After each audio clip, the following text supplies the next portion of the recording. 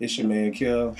And I'm Dr. Roz. We back for part 2 about dating without degrees and this whole hoopla about women without daddies and why they gold diggers.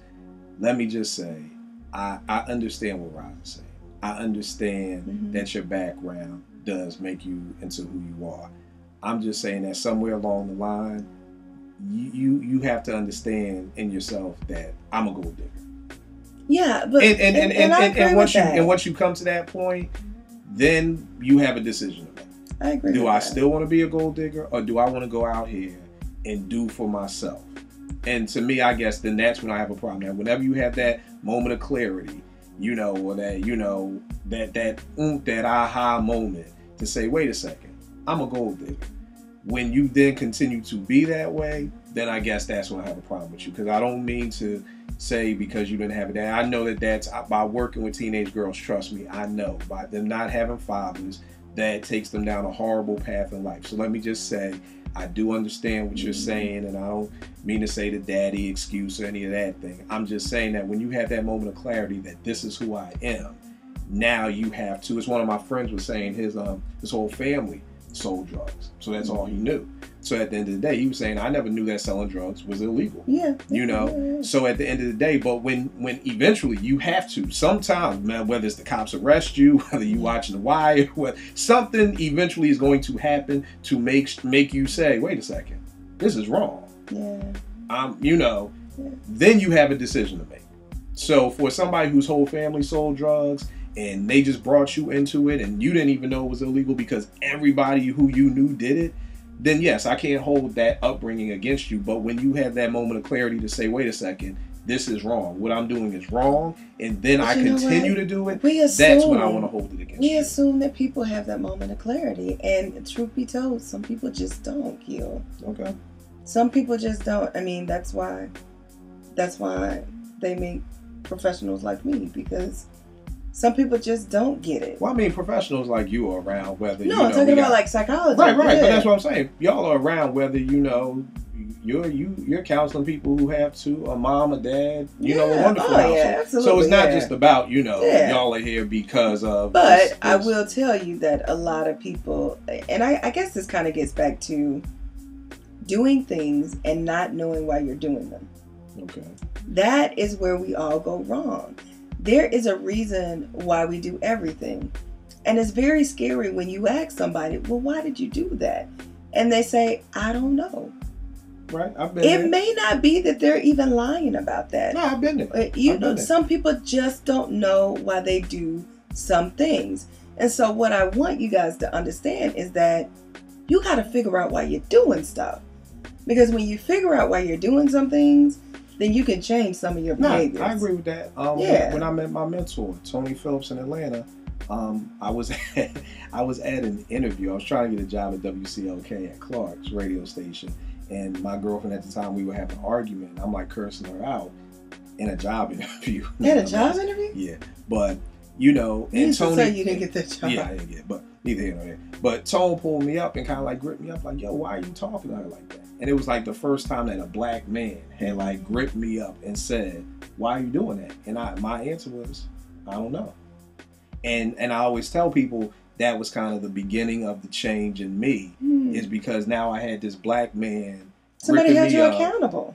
And basically he would make me do the things, and that I just wasn't good at. He would tell me, you want me to help you get a job? Yeah, okay, we'll be here at 7 in the morning tomorrow. I'm like, come on, buddy. I don't do 7 in the morning. He's like, yo, you want the job? Be here. I get there at 7 in the morning, WCLK closed. I'm sitting here asleep in a chair. He come in at 9 o'clock, waking me up like, yeah, good to see you. Because he knew I didn't like getting up early. But he's like, if you want to get a job, Negro, you're going to have to get up early. I like it. So... This is right after college. Yeah, this is right after college. Like right after I graduated, I moved to Atlanta. So I understand what you're saying of why you do things, and it's why, you don't know. And it's what I do with my teenagers, I'm working with them on how your family, how your neighborhood, and how your schools affect you into thinking who you are when you're really not even that person. Because, you may be forced into some things because of your family. You may be forced into some things because of school and things like that. So I totally agree with your PhD. And sometimes people just not knowing. Because I ask my kids, well, why'd you jump them? don't know. Yeah. Well, how you Don't gonna have jump a somebody clue. and beat the crap out of them and put them in the hospital and don't even know why? And now you about to lose a lot of years of your life for assault and battery. Right. I mean, so I totally concur and understand about Yeah. people saying they don't know why they do and something. so so we're talking about dating degrees of the whole gold digger phenomenon. Some of these chicks may not even realize that that's what that's what they look like, because maybe they saw mommy do it, maybe they saw grandmommy do it, maybe that was a thing Right. that they did.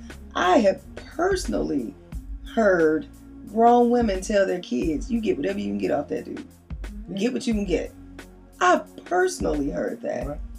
And if you think about it, and here's the problem, men, you don't understand the role you play in it. Because for a woman to say, "Get what you can get off that dude," that means that he's getting what he can get from you. So before you give up before you give up the cookies, get everything you can get from him. Because when he gets it, he's gonna leave you. And if stereotypes are there for a reason. Right.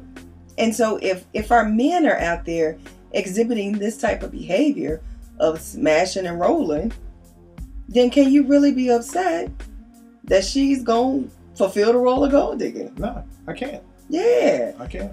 So we have to look at each other in terms of how we interact with each other. Because when you disrespect someone else, you're disrespecting yourself as well. No, I agree. I as much as it burns me inside to say that I agree with you. That was real talk. I agree.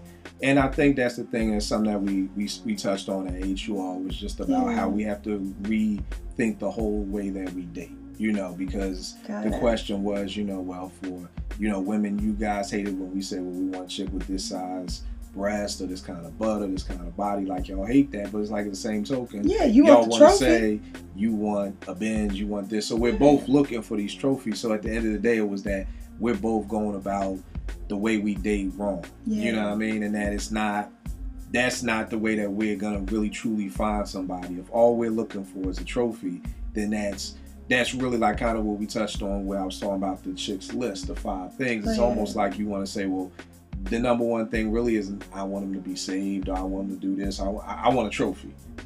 I want a dude who's a trophy. I want a dude who's a doctor so I can say, my husband's a doctor, or when my husband was in the ER, or we can go on these trips so we could do that, or a dude's, wants a chick with this kind of body so that when he brings her around, her friends and everybody else is looking, or drop me off at the barbershop so dudes can see you when I pull up, or that's what you used to do. Whatever. That's what all dudes do for the most part, So, but those are the things that but that trophy isn't gonna be one of those things that you should be looking for if you're thinking about getting married, because I think that's where we have to break things down. Like one of the other questions, somebody's dating, somebody's in a relationship, somebody wants to get married. People who are single out here, have different things that they're going through. So maybe if I'm just dating, then a trophy is good for me. Yeah. The only problem is when you're just dating that trophy and then eventually you look up and now you're in a relationship, and then you look up and you're in a marriage and you're married to this trophy chick who that you don't know.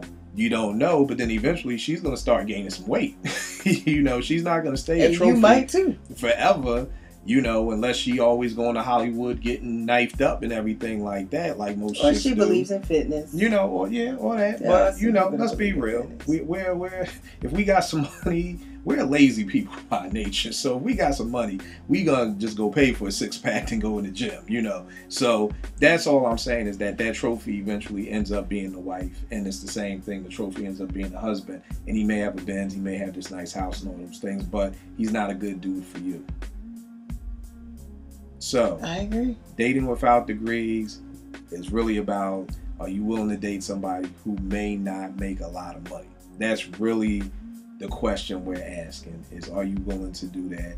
And or again, look at your style of dating. Like I say, it's about getting to know somebody's character, because something that you always say about Frank, that I'd say about Naomi, I'd much rather you be with a dude who's a blue-collar worker, but who is a worker. He's a hard worker, and he's going to make sure those 3 things you talked about, that the rent is paid, that the lights are on, and that food is on the table. And what we've done as a people is we've neglected those 3 things, and we've multiplied them. That we want to make sure the mortgage is paid on this mansion. Yeah. We want to make sure that the lights are on, the cables on, the jacuzzi's on. You know, all the accessories, frivolous stuff, all the accessories are on.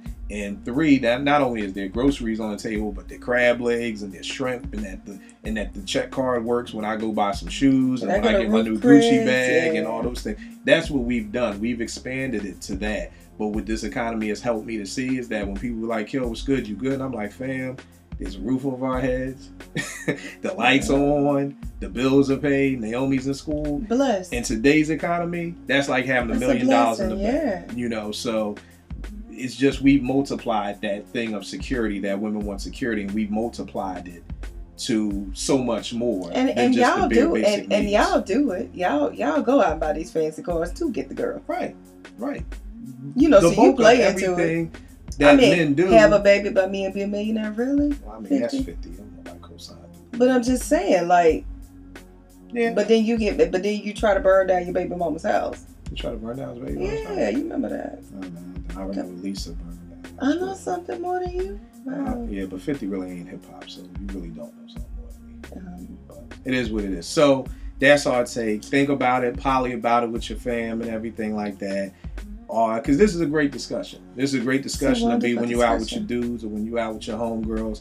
Are you willing to date a dude who is not going to make a lot of money? Like you say, Roz, women are always looking for the future. Mm-hmm. So if this dude's max is going to be $40,000, like that's his max, are you willing to date that dude? So good convo. Mm-hmm. It's your man, Kil. And I'm Dr. Roz. Questions, comments, marriageexposed@gmail.com. Follow us on Twitter @marriageexposed. The Facebook group is facebook.com/groups/exposing-marriage. And the Facebook like page is facebook.com/Dr. Roz and Kil. I love it. It's your man, Kil. I'm Dr. Roz. Keep it locked.